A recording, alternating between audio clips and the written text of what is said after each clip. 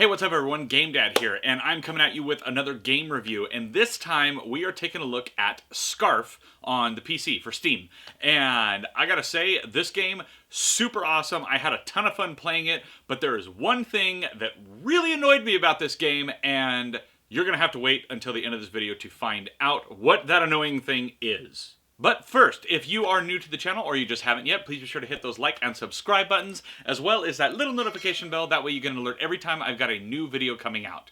Now, I will say, for the purposes of this review, I was given a code for this game, but that in no way reflects my opinion of the game whatsoever, and they don't get to see this review before it goes live. So yeah, all the thoughts are my own. So have you ever played any of the games that I guess would fall under the genre of walking simulator?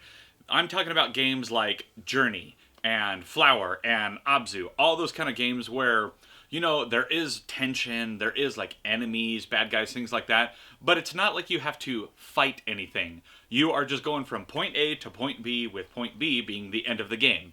Now, Scarf does that, but it takes a kind of different approach to like those other previous games that I just mentioned, because it adds a lot more like puzzle elements to it.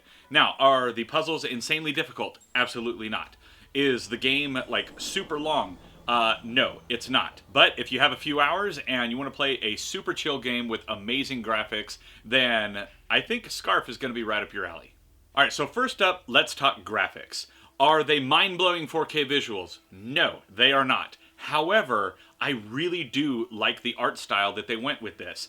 It is vast, open spaces. It's not open world per se. It's not like you can see something in the distance and instantly go there. However, exploration is definitely a big part of this game, especially if you want to go for completion. But I'll touch more on that in a moment. Now, everything graphics-wise in the game is definitely driven from what I would call like a simple color palette.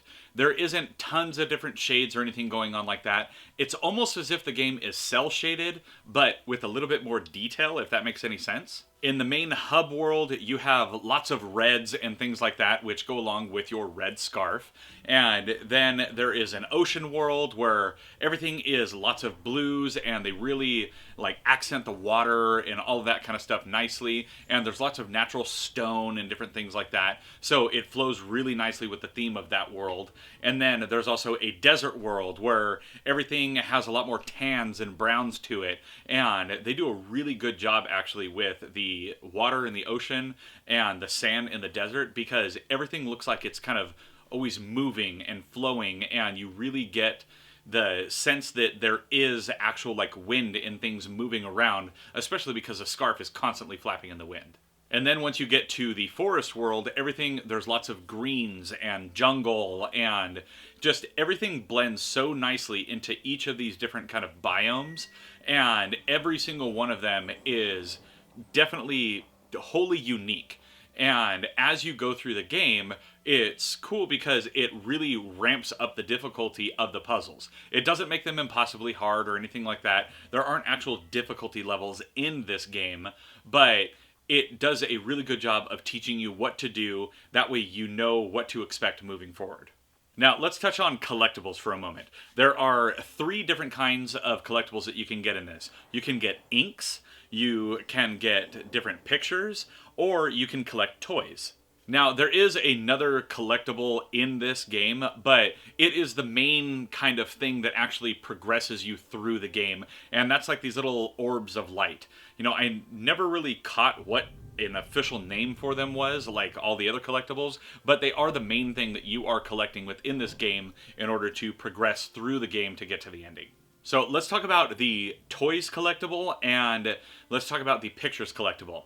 So each area has 3 different pictures that you can get, and all of them are themed in such a way that they are showing a scene of these nomad people doing something within that world, and it's showing just, you know, kind of how happy they are and how they're living like a really nice life and things like that. And then the toys are sometimes in those pictures, but the toys are scattered throughout, and it's kind of like coming across like an ancient ruin, and you're finding something that somebody used to play with, but they aren't around anymore. They're like weirdly absent and vacant from the world.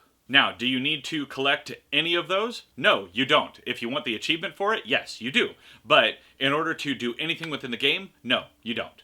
Now, let's talk about the inks. So as you're going through the game and you're collecting these little orb things, it is progressing the story, and you are getting little bits and pieces of what is going on and what has happened with the main person in the game, which is called She. The character you play as is Hike, but they always refer to She. And as you're collecting these orbs, you are learning more about She. And as you're going through all of these levels, there's different murals and stuff on the walls, and as you get close, they start changing, and they start kind of depicting what is going on, because they never really tell you what's happening. They just kind of throw you in, and it's like, here you go. Here's what you need to do. Just keep moving forward and collect these things, because it's definitely going to help She.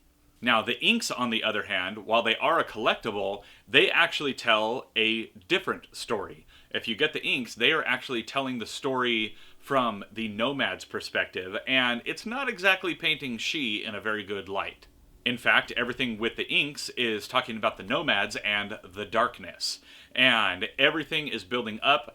You know, I'm going to try not to give any kind of spoilers with this or anything like that, but I will say there are 2 different endings to this game depending on how many inks you collect or don't collect. So it's up to you which ending you want, or if you want to do both endings. Now let's talk about the overall gameplay as a whole. It is very simple in its nature. You are just walking around. You have different 3D platforming objectives that you need to do, and as you go, you do collect different kind of technique or move power-ups. So the first thing that you get is the ability to double jump, and then you get something called a liane, I think is what it was. It's like a rope swing, basically. And then you also get a glider. Now, I'm sorry if that's a spoiler for you, but anyone who plays through at least the second level of this game, you're going to know what those things are. It is integral to playing the game, and it's not like it's something hidden that you find. You have to get it, otherwise you cannot complete the game. Now let's talk about the overall gameplay as a whole.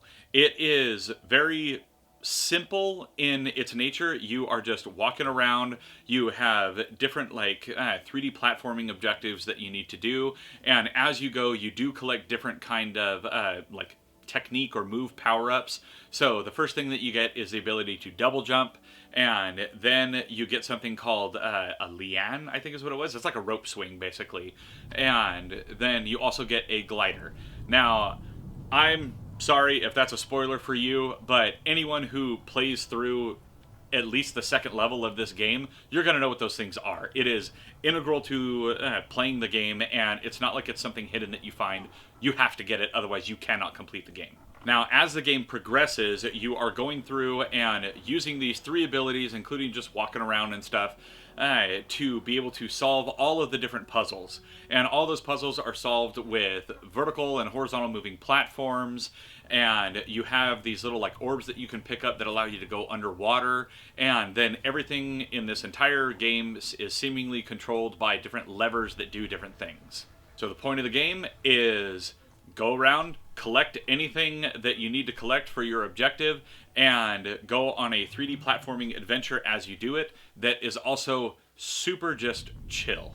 And with all that chill comes some very nice, just mellow, chill vibe music all the way throughout the entire game.